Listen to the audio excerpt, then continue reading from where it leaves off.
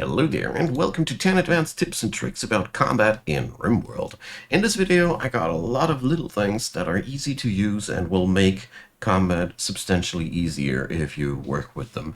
It's actually a couple of things in this game which you can do to cheese out the system, a couple of things that you need to think about and pay attention to, and it all becomes a lot easier. Well, let's get started. Number one, take cover seriously.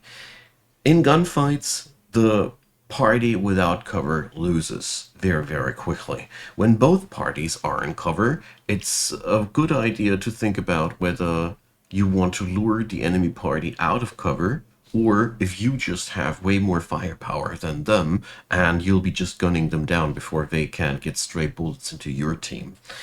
The point here is you always have to pay attention to how the enemy's cover situation is versus yours. One of the most popular things to do in Rimworld is, after all, designing so-called kill boxes, which deny the enemy any form of taking cover, while your people have all the cover. This is how important this is. The whole kill box design is revolving around this, among other things, but this is a very, very important thing. So take it seriously, play around it. If you notice that the enemy is hunkering down on a too good spot for them, just run away.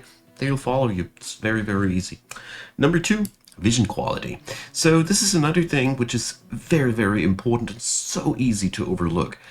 This game is very, very harsh when it comes down to vision impairment. I mean, it's very easy to notice, oh, it's night right here. Actually, it's not, it's eclipse, but it's also dark. That's very easy. But foggy weather, stormy weather, these things also make you shoot worse. So when you are in for a fight that you can delay, you shouldn't fight during a foggy storm or something. No, foggy storm doesn't exist, but you get the idea. Fog and storm are the two extra weather conditions to plus darkness, which will just mess you up if you don't respect them. Just very easy to follow, but very easy to forget. I've been there. I learned out of experience. Maybe you are smarter than me. Number three, the running kite. So when it comes down to combat, one of the most easy and popular things for me to do goes as follows. You just rack up your people in a straight line. There's the shooters, and you get yourself one person, the lucky guy which has the highest movement speed of yours. You can also use mods to show movement speed. It's up to you. So you pick up the fastest runner of yours, and that's going to be the kite. So this works excellent against melee enemies. You just let the enemy come, would be coming from here, and person runs first into the enemy to attract their aggression, and then they run away while your dudes get to shoot at the enemy. This sometimes the enemy will break aggression and go to the shooters, then the shooter must take the runner's part until the aggression breaks again. Does work excellent against small groups of melee aggressors, works worse and worse the larger the enemy parties become, but this little strategy is a godsend against early game fighting of any kind. Early game raids, early game predators, they all fall prey to this very, very simple strategy that, well, you can implement it in so many combats. Just use it. The running kite is great. Number four, it's hard to have too much armor. Rimworld tracks any of your injuries, and every injury is indulges a risk of a permanent injury. Permanent injuries induce pain or make you operate worse, or both. It's pain. It's a mess. So altogether, armor is good at making you not even get injured in the first place too much. So therefore, if you can invest into armor, do it. The sad part is, if you don't manipulate the odds, armor is not a guaranteed protection against instant deaths and mutilations of all different kinds, so don't expect too much of it. But I've made the experience that colonies with a good armor rating just are way easier to manage, and it's always a good investment of your money to just get the heaviest armor you can get, or buy the materials to make yourself some heavy armor. Hidden superstar in this regard is the plate armor. Plate armor is coming with a few deficits, move speed, but it makes you incredibly tanky for a low-tech part. The problem about armor is it makes you slow. So the very easy point here is armor is good when you have a fortified base, whereas light armor, when you need to run a lot, is good in the early stages when you don't have a fortified base. Let's move on to number 5. Use choke points against melee enemies. This is especially useful when the running kite strategy doesn't work anymore. I mean, spots like these. So if we put our people here into this spot there, let's do it like that. The enemy can only come from this grid. They can only pile up from here. If we would be eliminating the door here and closing up all the other entrances, the enemy would only be coming from this part. Mine away this thing, and we have room for 3 melee people against 1 melee dude. With this strategy, you can break incredible overwhelming odds, because you always get to fight 3 of yours against 1 of theirs. You can also put gunners behind your own people, because the magic is, even if you have friendly fire enabled, if somebody's directly standing behind a melee buddy, they can't accidentally friendly fire them. Not even with grenades, by the way. You just need to aim well. So, choke points. Construct them, plan around them. They are an excellent line of defense, especially later on against insectoids, but during many stages of the game as well. You can lure enemies into their death with this. So, next up, the option to do what to do when you are up against very dangerous ranged enemies. So you lure them around a corner and force them into melee. So if your enemy is coming and shooting from a nasty distance, you just, let's say they'd be coming from there, you just try to run around a corner, and then the shooter will have to tail into your direction, either over this or over this tangent, and then you have a melee dude here and here, and then you just whack their face once they come around the corner. Your own shooters can take care of this.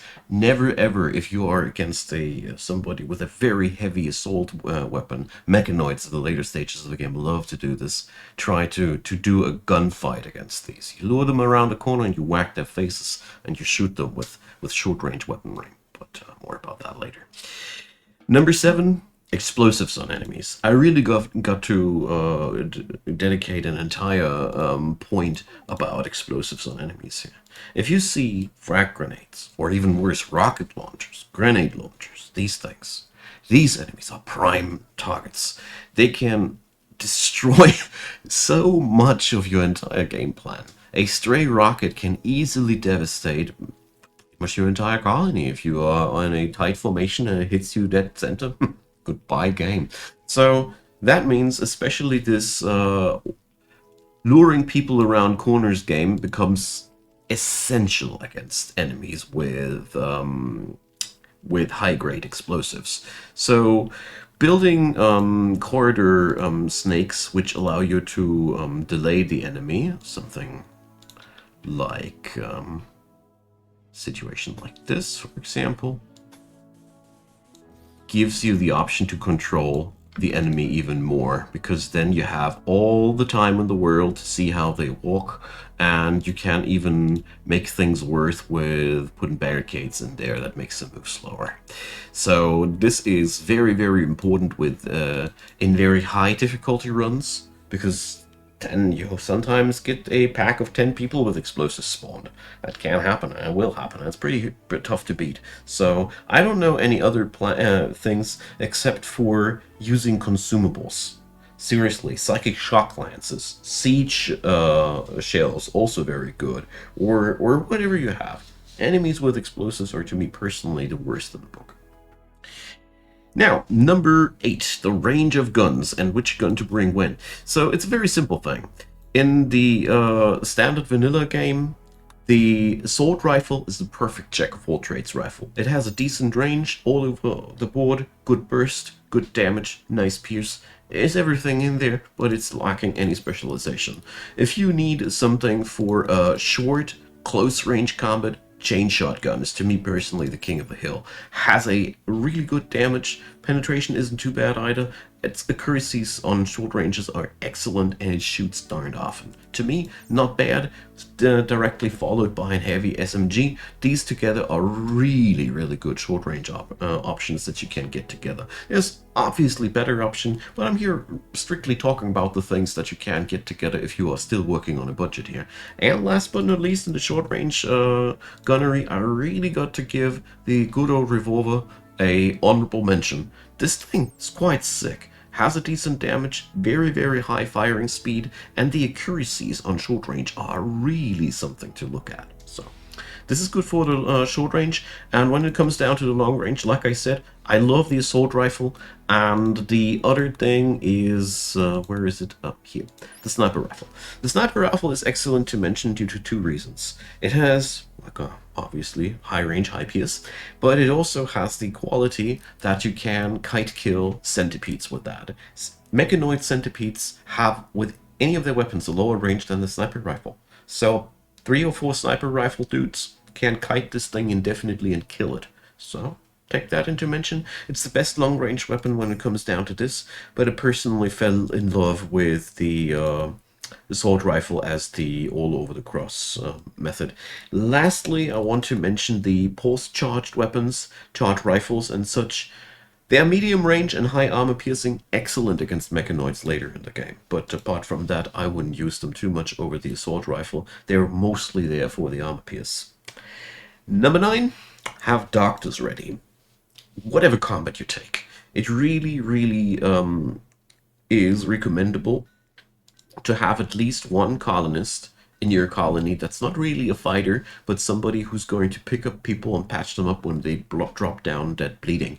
Because more often than not, your best people get so many shots in that they'll die in 3 hours or something like that. And if you don't have a spare person to rescue them while the fight is raging, usually you have a high risk of losing very, very good people.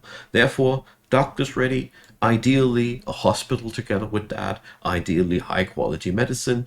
Even better than that, medical beds with vital monitors. We can go really, really places, but it all starts with just having one dedicated person that holds themselves back in combat a little bit and is ready to pick people when they drop. More important, the larger the colony grows in the early stages of the game, you rarely have the opportunity to have so many people, but it's really important. And number 10, last thing, take every combat seriously in this game. Even a flippin' squirrel. Why? Because a stray bullet could be coming as a friendly fire and give you a mind-numbing shot by getting you a brain scar or something like that. Jokes aside, this is a very, very fringe case, but it happened. But generally in Rimworld, I'm always happy if there's no strange occurrences during a fight, but I always play it like it's going to be lethal. Be it only one enemy incoming, there's always something that could go wrong. I've been seeing so many weird things. Take it seriously, because when something goes bad in this game, it can go super bad quite quickly, and it can have lasting consequences. So, therefore, planning ahead is really paying off. And if you are not playing Iron Man mode, it also is never a bad idea to save before you go into combat, because I can only say combat in this game is one of the hardest parts, and it can make you quite sad to lose so much of your work in a short moment of time because you misunderstood a placement of a gun or something like that. Would be really annoying, wouldn't it? So, that's that. There's obviously way more to say about combat, and I plan to do a couple of extra videos for mechanoids specifically, for example, so ask away if you have a couple of specific topics at your mind. I do have a couple of specific topics at my mind, but I would be interested what you are thinking. So, leave a thumbs up if you enjoyed, consider subscribing, and if my work is worth a dime to you, consider joining the YouTube membership or use the donation links down below. I'd be deeply appreciating either. And a lot of thanks to all of you who do, and a lot of thanks to you, especially right there, right here, right now, watching this video up until the very end. Deeply appreciate the time that you take, and I hope you have a great day, and I hope to see you soon again. Bye-bye.